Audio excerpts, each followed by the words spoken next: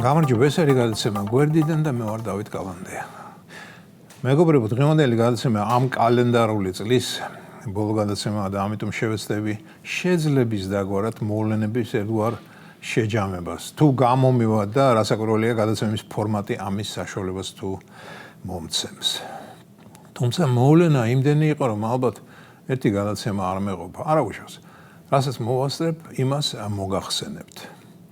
რამდენიმე დღეში ეს წელი, ხის მწვანე გველის წელი თავდება, ძალიან მღელვარე წელი გახდა. სხვათა შორის ისევე როგორც წინა წელი იყო. ფაქტობრივად, ყველა წელი თავისებურად მღელვარე და უცნაურია.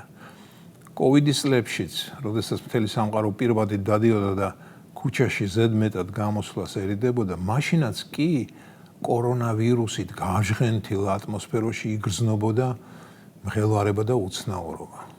დარწმუნებული ვარ, მომავალი წელიც სიურპრიზებით იქნება ახსავსე. თავარია, ის სიურპრიზები სასიამოვნო იყოს. კი მინდა ვთქვა, რომ 26 წელი აუცილებლად იქნება მშვიდობის წელი, მაგრამ გამახსენდა, რომ შარშან ზუსტად ამ დროს იგივე მეგონა და იგივეს ვამბობდი. ვამბობდი, რომ 25 წელს მსოფლიო როგორც იქნებოდა დამშვიდდებოდა. შევცდი. დონალდ ტრამპი კი კვირდებოდა, რომ უკრაინა რუსეთის ომს ერთ საათში დაასრულებდა, მაგრამ ეტყობა მანაც ვერ გათვალა საკუთარი ძალები. თუმცა ომის დასრულებისკენ ასე თუ ისე რაღაც მოძრაობა არის, მოლაპარაკებების დონეზე მაინც. ბაიდენის დროს ესეც არ ხდებოდა. ხოდა ახლაც იმავეს ვიტყვი. ვისურვებ, რომ დაე 26 წელი, წითელი ცეცხლოვანი ცხენის წელი იყოს მშვიდობის წელი.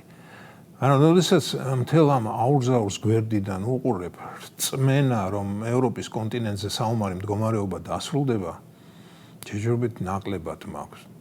დიახ, შარშანდელთან შედარებით უფრო პესიმისტური განწყობა მაქვს. ნეტამც ვცდებოდე. ეს წელი კი ნამდვილად ტრამპის წელი იყო და მისი ექსტრავაგანტულობისა და არაპროგნოზირებადობის მიუხედავად ვიტყვი, რომ კარგი ამერიკამ ტრამპი რომ აირჩია.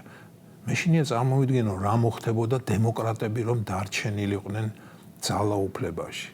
ასეთ შემთხვევაში საქართველოს აუცილებლად გაგრძელდებოდა ნეგატიური და სრულიად უსამართლო ზეწოლა. ხომ გახსოვთ შარშან ამერიკის შეერთებული შტატების უმაღლესი ეშელონის წარმომადგენლები, როგორ გვკბენდნენ და გესლავდნენ და დღე არ გადიოდა, რომ ჩვენ მიმართ კიჭები არ დაეკრიჭა და რამე ფინთი არ ეთქვათ. და ამ მხრივ ერთგვარი პროგრესია. იმ ყველა ავის მთქმელიდან დარჩა მხოლოდ გადარიცხვების დიდი მოყვარული სენატორი ჯო ვილსონი, ჩვენი ნაცების ბოლო იმედი.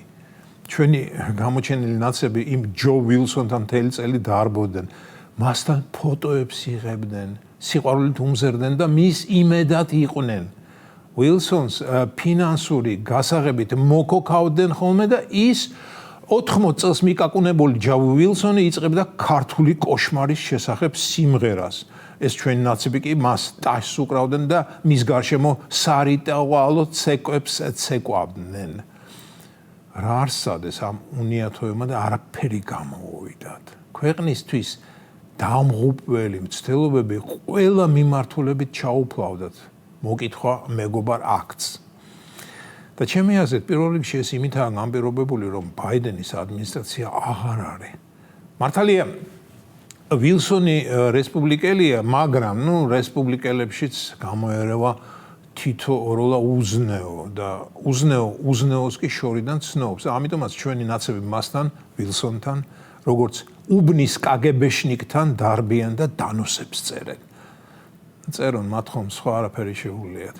მოკლედ, ასეა თუ ისე, ჩვენ საქართველოელებს ისევ გაგვიმართლა, რომ ამერიკის სათავეში რესპუბლიკელი მოვიდა. მე ისიც მომწონს, ტრამპი რო ტრადიციული ფასეულობების დამცველი ადამიანი აღმოჩნდა. დიახ, მეგობრებო, მე მიყვარს ტრადიციები, ადათები, წესები, რომლითაც კაცობრიობამ 2000 წელი იარა და მეტნაკლებად კარგად გაიტანა თავი. სხვა შორის ამ ტრადიციების ჩამოყალიბებასაც დიდი დრო და ძალისხმევა დასჭირდა და მოულოდნელად და უცებ არ დანერგილა. ძველმა ტრადიციებმა დროს გაუძლო, უამრავი ხიფათი გადაგვატანინა და დღეს ვინც ვართ, ამას სწორედ ტრადიციებს უნდა უმადლოდეთ. ვიტყვი რომ 2000 წელმა ყველაფერი კარგი შემოინახა და ყველაფერი ცუდი კი ასე თუ ისე მოიშორა. აი ასე ბანალურად და პრიმიტიულად თქვი ის, რასაც ვფიქრობ.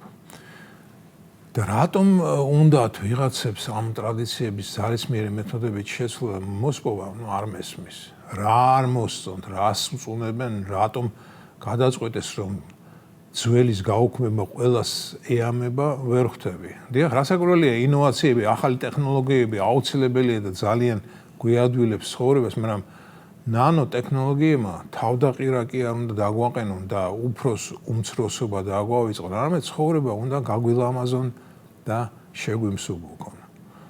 მეგობრებო, როგორც თქვი, დღეს ამ წლის ბოლო გადაცემა და იმედია რომ გაისადაც შევხვდებით და აუცილებლად ვილაპარაკებთ ამ თუ იმ მოვლენაზე და გვერდიდან შევხედავთ ყველაფერს იმას, რაც ჩვენ გარშემო ხდება.